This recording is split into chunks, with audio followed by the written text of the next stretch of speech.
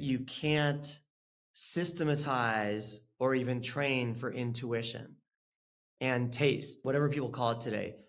And we had a value put on the wall of surprise and delight, because we said, okay, at the end of the day, we want to over deliver on quality for our users, and surprise and delight isn't easy to measure. And the absence of surprise and delight is even harder to measure.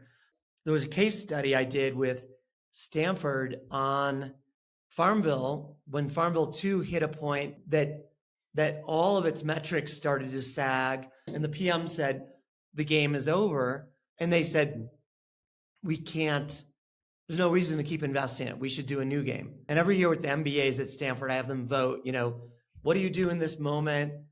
Do you do, Farmville 3? Do you just do a totally different game? Do you go to mobile? Or do you kind of double down on quality? And it's amazing. The least votes are doubling down on quality. And it's what we did. And we just doubled down on quality, and we made one great feature that kind of over delivered on surprise and delight. And it just regained the trust of the users, and all of our metrics turned around and got better. When I came back to Zynga as CEO in 2015, and all of our metrics were sagging, and our app reviews and ratings were in the low 3s, I just sat down with the teams every week, every product meeting. I literally started every meeting with, what will our players thank us for? My friend Marcus Siegel made a neon sign. So it was the first thing you saw when you walked into work. What will our players thank us for? And that was the mantra of the turnaround, because amazingly, when we just read the reviews and started addressing their biggest complaints, bugs, pop-ups, the metrics just turned around. As the app reviews came back into the 4s, the metrics, the engagement, the retention, revenues, everything just turned around. And it's very difficult for someone who is just focused on metrics to make those decisions, because they're irrational from a metrics point of view. There's no cause and effect of, I'm going to fix these bugs, I'm going to stop having so many pop-ups, and somehow I'm going to start to see all my metrics improve.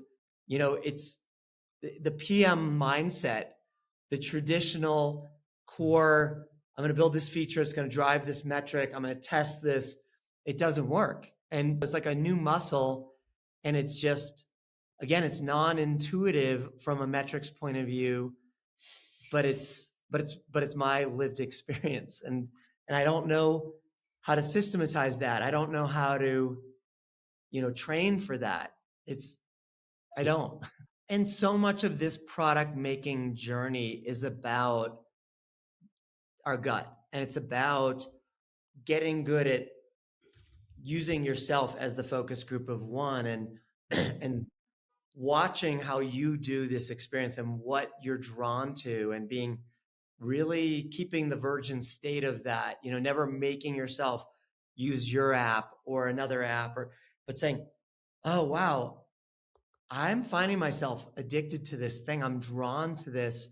What's in that? And I talk a lot about adrenaline. Like, I like it when there's something in this experience that gives me some adrenaline, and that's hard to get to.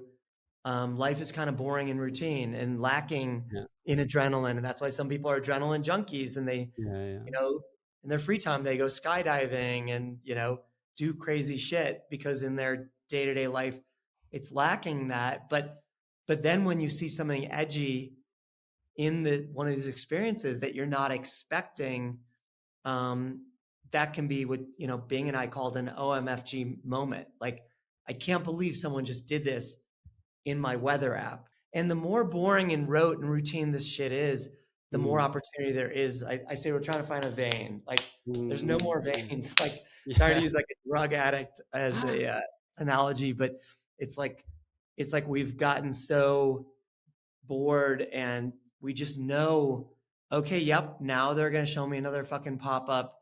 Now they're going to try to get me to hit a paywall. And then when you break that chain in some way, and do something that you're not supposed to do, that non sequitur gets a new part, hits a different part of people's brain. And it's like, I wrote all of the text links for Zynga games, promoting game ads in the beginning, because I had fun just like playing with, well, what happens if I misspell this? What happens if I just use whatever they're seeing on social media? Or what happens if and make it really clear there's a human doing this? Bad grammar or whatever was like would come to me. I just, in a flow of consciousness, just try it. And that's what would work the best, because it's like, oh, it's not corporate. You're not trying to like manipulate me. There's someone on the other side that I can picture Jing. I can picture Mark. Even billboards on 101, I find if it doesn't make sense, like even because they did something stupid, it hits my brain in a different place. It's like a puzzle I can't solve. Like, wait, I don't even get that ad. But if I don't get it, it gets more of my attention than if I do get it.